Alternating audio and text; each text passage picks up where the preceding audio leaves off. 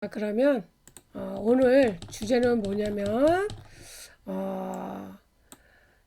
이제 이름을 통해서 제가 이제 그 성격과 심리를 알아보는 시간인데, 오늘 주제는 이제 직장 상사로부터 가스라이팅을 당해서 직장을 그만두었어요라는 제목입니다. 그런데 어 뭐냐면 그래서 결론은 결혼도 하지 않겠다 이렇게 얘기를 한다고 하더라고요.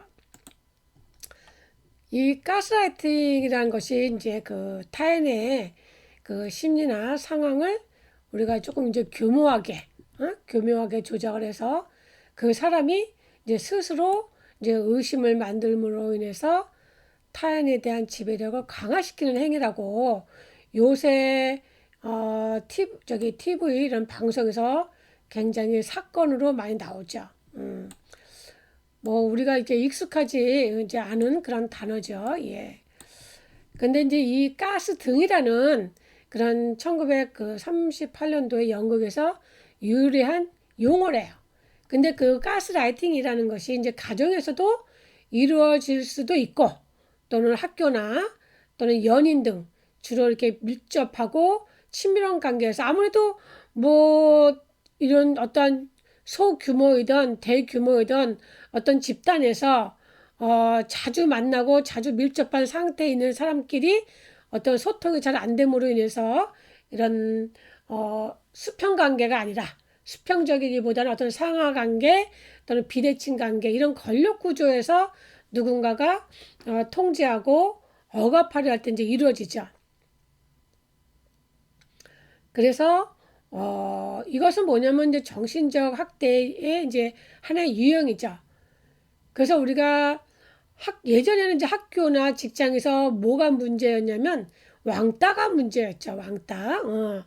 근데 이제 왕따를 당하고 왕따로 인해서 내가 심리적인 상처를 받는 그런 어떤 소리 파동수도 있지만, 또 어때요? 이런 이런 쪽에 가스라이팅 쪽에서 많이 또 심리적으로 상처를 많이 받는 사람들, 지금 사회적으로 문제가 돼서 범죄까지 이렇게 이루어지는 상황에서 이 가스라이팅을 당하는 사람 입장에서는 판단 능력을 잃게 되죠. 이런 과정에서 우리가 사회적으로 고립되고 또 정신적으로 약해진 피해자는 어때요? 가해자에게 더 의존하게 된단 말이에요. 자기가 판단력이 없으니까. 자, 그러면 이런 이름은 어떤 이름이냐 보죠, 이제. 자, 여기서 보면은 이분이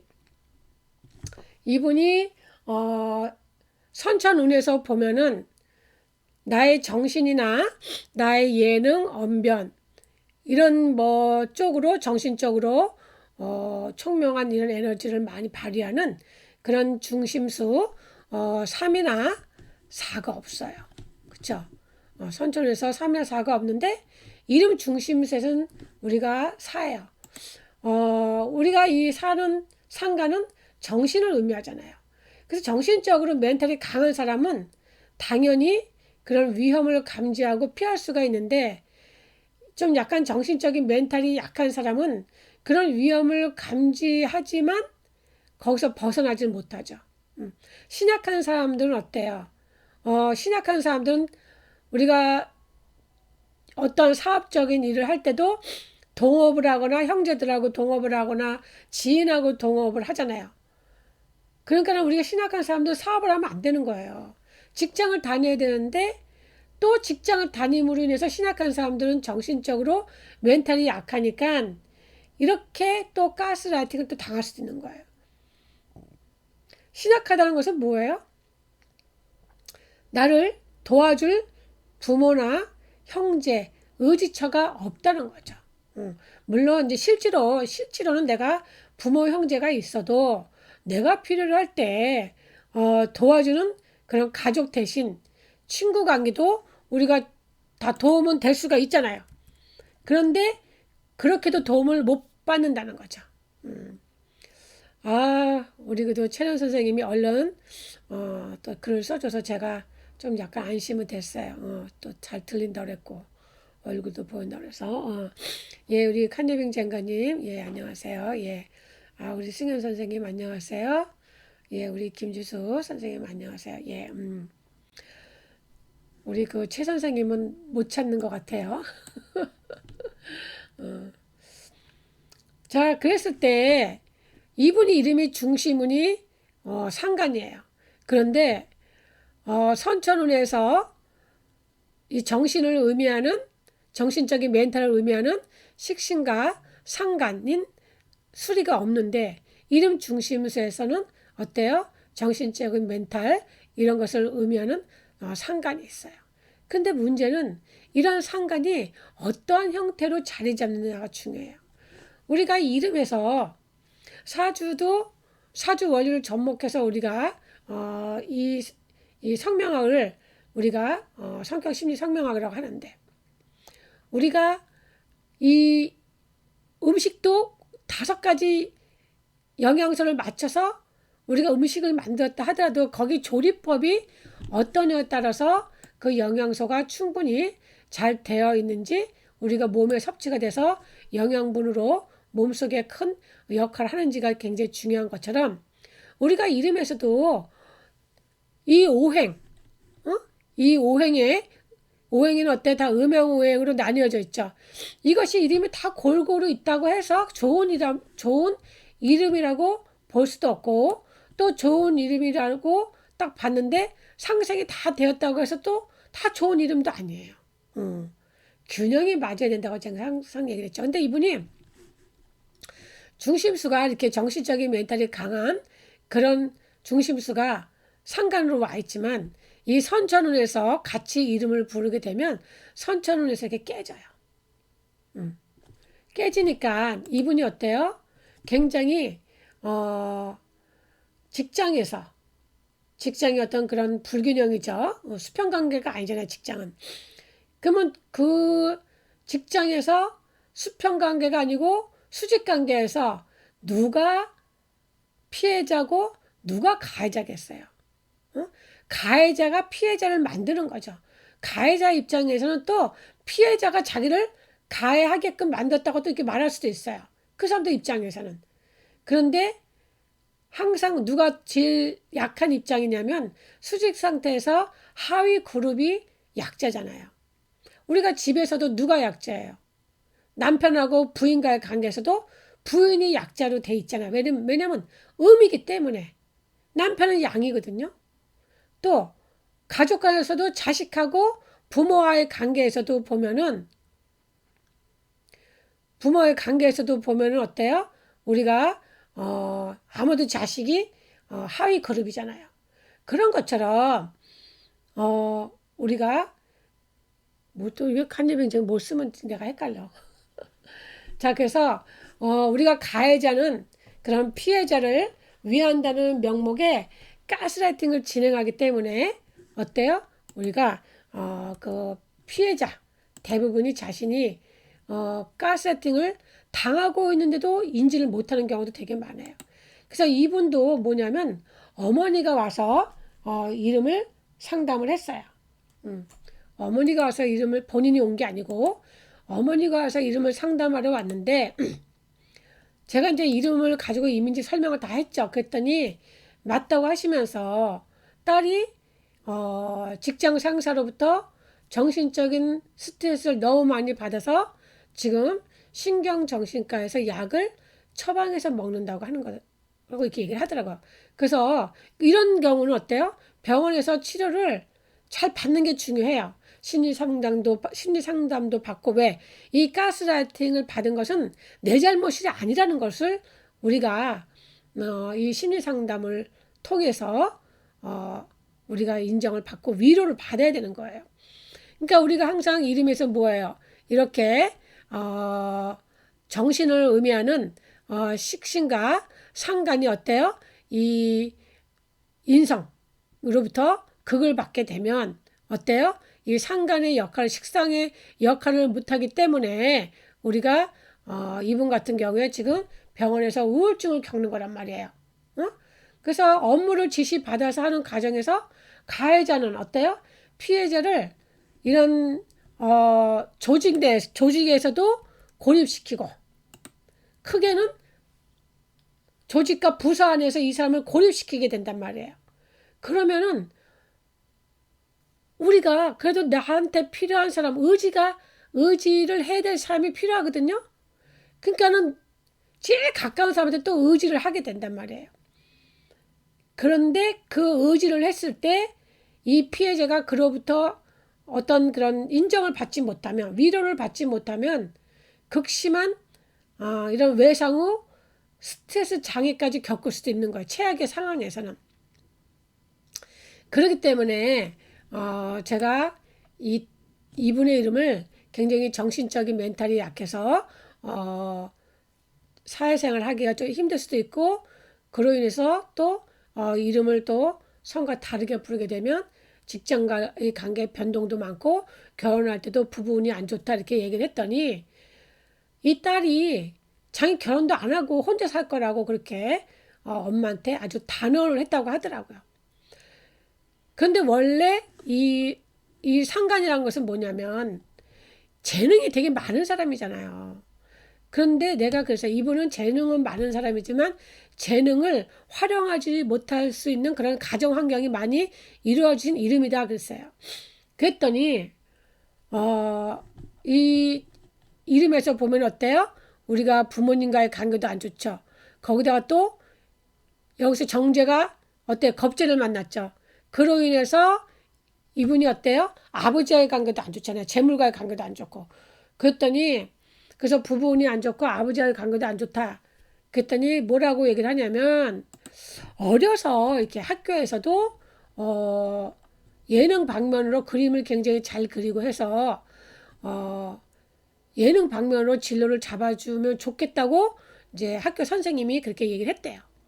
그런데 여기서 보시면 어때요? 부모님이 어때요? 가정적으로 지금 굉장히 불편한 자리에 있으면서 재물운도 깨지고 있다 보니까 어머니가 어때요? 가정적으로 뒷받침해줄 여력이 없어서 못해줬다고 하더라고요. 그래서 부모님이 결국은 이혼했고, 또 재혼을 함으로 인해서 어머니 입장에서는 이 딸이 이런 예능 방면으로 재능이 있음에도 밀어주지 못했다. 그렇게 얘기를 하는데, 이 이름에서는 어때요? 재능이 있어도 그것을 활용하지 못하는 이름이 돼버렸잖아요. 그러니까는 있어도 활용을 못하는 거예요. 그러다 보니까 이분 같은 경우에 제가 연구직이나 전문직 이런 쪽으로 가야 된다고 했더니, 그런 쪽에 가서 일은 하지만 본인이 연구하는 사람이 아니라 연구하는 사람을 보조하는 쪽으로 일을 하고 계시는 분이더라고요. 왜요? 이름의 수리가, 좋은 수리가 다 깨졌기 때문에 그런 거죠. 그래서 우리가 이렇게 예술 방면에 재능이 있는 분들은 굉장히 예민하다는 얘기를 많이 들어요. 옷은 왜 그렇게 입고 다녀? 너 머리 색깔은 왜 그래? 이런 얘기를 자꾸 주변에서 듣잖아요. 근데 요즘에는 사실 뭐 머리를 뭐 보라색을 하던 노란색을 하던 자기 개성이니까 누가 그렇게 말을 해도 이 개성이 아주 강하고 정신적인 멘탈이 강한 사람들은 주변에서 그런 얘기를 해도 무시하죠. 그리고 오히려 보라색 머리, 노란색 머리를 통해서 자기의 어떤 정신적인 멘탈이 강하니까 그런 쪽으로 자기 예술 방면에 재능이 있는 것을 크게 활용하죠.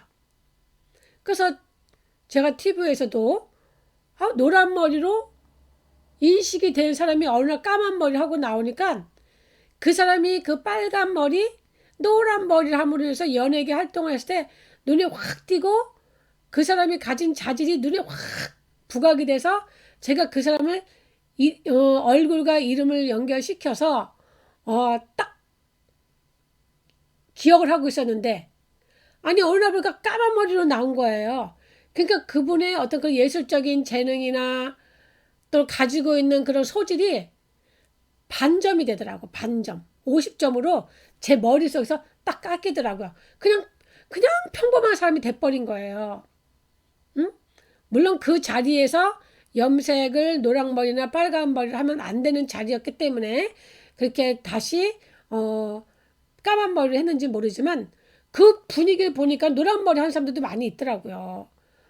그래서 뭐냐면 이런 예술적인 방면에 재능이 있는 사람들은 튀어야 돼요. 왜? 그 대신 멘탈이 강해야 돼요. 근데 이분은 어때요? 멘탈이 약하죠. 멘탈이 약하니까 어때요?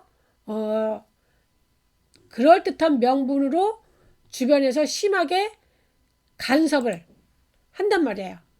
또 강요도 하고 그런 형태로 나타나면 직장에선 일을 못한다고 일침을 탁 놓거나 너 지금 이 다니는 회사 그만두면 네가 뭐 다닐 수 있어? 이런 식으로 직장 상사가 무시해서 어때요? 그런 또 언행을 하고 행동을 하고 그런 것도 다 어떻게 보면은 이 가스라이팅의 한 과정에 해당이 되는 거예요. 그래서 이분이 정신적으로 우울증을 겪으면서 직장을 그만뒀단 말이에요. 그래서 우리가 그런 가스라이팅에 대처하기 위해서는 그런 우리가 그 정신 분석가이자 그런 그 심리 치료자인 그런 로빈스턴이라는 분이 계신데 그분이 뭐라고 말씀하시냐면 그 왜곡과 진실을 본인이 구분할 수 있어야 된다 이거죠. 그리고 상대방과의 대화에서 소위 밀고 당기는 것도 할 줄 알아야 되는데 이런 이름은 그런 걸 할 줄 모르죠.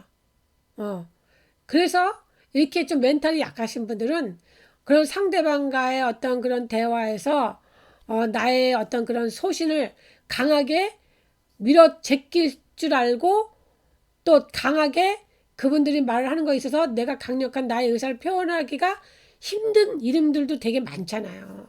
그런 사람들은 아무래도 그런 자리 또는 그런 사람들을 끊어내는 게 중요하죠. 우리가 이런 가스라이팅을 주는 사람들은 우리가 사회에서 악이에요. 악인 사람은 우리가 끊어내야 되는데 끊어내는 것도 용기가 필요하잖아요. 그래서 우리가 이런 같은 경우는 우리가 옳고 그런 게 더 중요한 건 아니죠. 옳고 그런 게 중요하다는 게 아니라 어떤 느낌적으로 오는 게 있잖아. 아, 내가 이 사람하고는 도저히 대화하기가 힘들겠구나.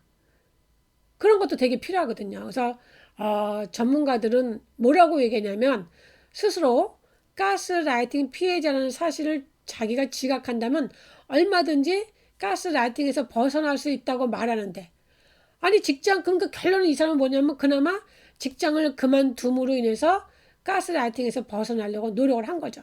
이분이 보면은 선천운에서 보면은 자기의 어떤 그런 자존감이나 자신감 이런 것이 어때 우리가 비경감인데 자기 뿌리인데 지금 어때요? 여기서 관에서 극을 받고 또 여기서도 또 관에서 극을 받았죠. 그렇기 때문에 이분은 약한 상태에서 정신적인 멘탈이 굉장히 약해진 거예요.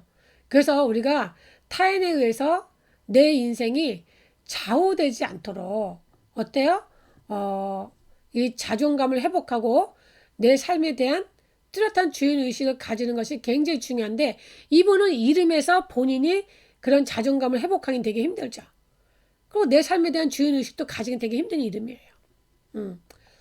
그리고 우리가 문제는 또 직장은 이제 그만뒀으니까 그리고 병원에서 치료를 받고 지금 있는 상태잖아요. 그런데 문제는 지금 결혼 정년기인데 결혼도 안 하겠다고 하니까 그러면 어떤 사람이 독신을 살려고 하냐 이거지. 근데 이분은 어때요? 성하고 이름을 따로 부르게 되면 또 어때요? 상관이 또 정관을 바라보고 있잖아요. 그러니까 이분은 결혼해서도 결혼 생활을 유지할 수 있는 자신감이 없는 거예요. 그래서 사람은 싸우더라도 우리가 뭐 보통 그러잖아요. 사람하고 싸우더라도 사람하고 섞여 지내야 되고 또 사람과 싸우고 또 어때요? 그런 사람들한테 다시 위로를 받는다. 그래서 독신으로 혼자 사는 외로움은 더 큰 독이다. 이렇게 얘기를 하지만 아니 사람에게 위로를 받을 수 있는 이름이 있고 오히려 사람에게 상처를 받을 수 없고 또 위로를 받기는커녕 더 큰 상처를 받을 때에 또 배신감을 겪을 수 있는 그런 이름도 있단 말이에요. 그래서 이 사람은 이제 더 이상 그 상처를 받고 싶지 않아서 결혼도 또 자신이 없고 결혼 생활을 했을 때 배우자한테 또 어떤 상처를 극복할 수 있는 그런 자신감이 없기 때문에 그런 말을 했을 수가 있죠. 그래서 우리가 이렇게 이름에서 이제 보통 우리가 상간은 정간을 만나게 되면 부부지간에 해로하기 힘들다 이렇게 얘기를 했을 때 꼭 상간이 간을 극하는 게 아니라 오히려 관이 상간을 어때요? 극을 할 수도 있다는 거. 이분 같은 경우는 어때요? 오히려 그런 이름이라고 볼 수가 있죠. 음. 예, 우리 명리학 봉구 선생님 안녕하세요. 예. 우리 봉구 선생님, 이따 10시 45분에 제가, 경금일주, 이제 개묘년 운세를 할 거거든요. 그때도 조금 이제 바쁘시더라도 오셔서 한번 들어보시길 바랍니다. 우리 제가 이거 처음에 할 때 조금 뭐가 또 스트리밍이 바뀌었는지 제가 조금 약간 방황하다가 들어와가지고 방을 잊어먹은 선생님들이 많으시네요. 우리 송정혜 선생님 이름이 어딨나요? 안 보이네요. 자, 그래서 이분이 이제 본인이 이제 역으로 결혼을 이제 부정하고 있는 거죠. 예, 아유, 우리 여성종의 선생님, 아유, 들어오셨네. 오늘 감기 몸살로 굉장히 몸이 불편하다고 하셨는데, 예, 예. 그래서 이렇게 주변 사람들한테 상처를 받고 또 주변 사람들한테 상처 받은 것을 위로를 받지 못하는 경우에는 이제 혼자 있는 것을 좋아할 수밖에 없죠. 사람들 만나면 상처를 받으니까 사람을 피하다 보면 어때요? 혼자 있게 되면은 결혼도 거부할 수도 있는 거죠. 그래서 우리가 그런데 그렇다고 또 독신으로 산다고 하는 것은 또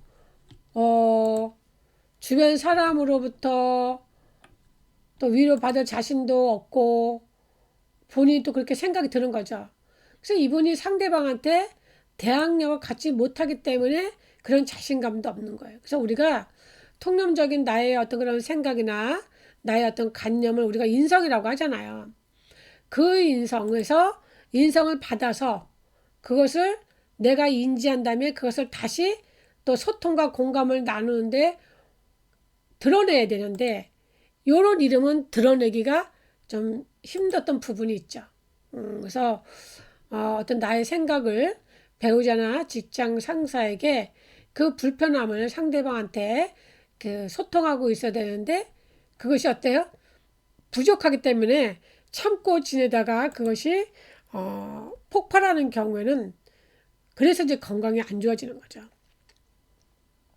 정신적으로. 예. 그래서 우리가 주변에서 이렇게 가스라이팅을 당한다는 그런 이런 생소한 단어를 이렇게 사회가 굉장히 복잡하고 경쟁 구도에 있고 또 다 일선에서 이제 남녀 공평하게 사회생활 하다 보니까 신종 단어도 좀 이렇게 접하는 것 같아요. 근데 뭐 사실 뭐 이 가스라이팅이 아까도 얘기했지만 그런 1938년도에 그런 영국에서 유래한 용어라고 하니까 되게 오래된 거죠. 가스등이라는 연극에서 유래가 되었다고 하니까 되게 오래됐지만 그것이 사회적으로 부각되는 거는 요새 최근이잖아요. 제 입장에서는.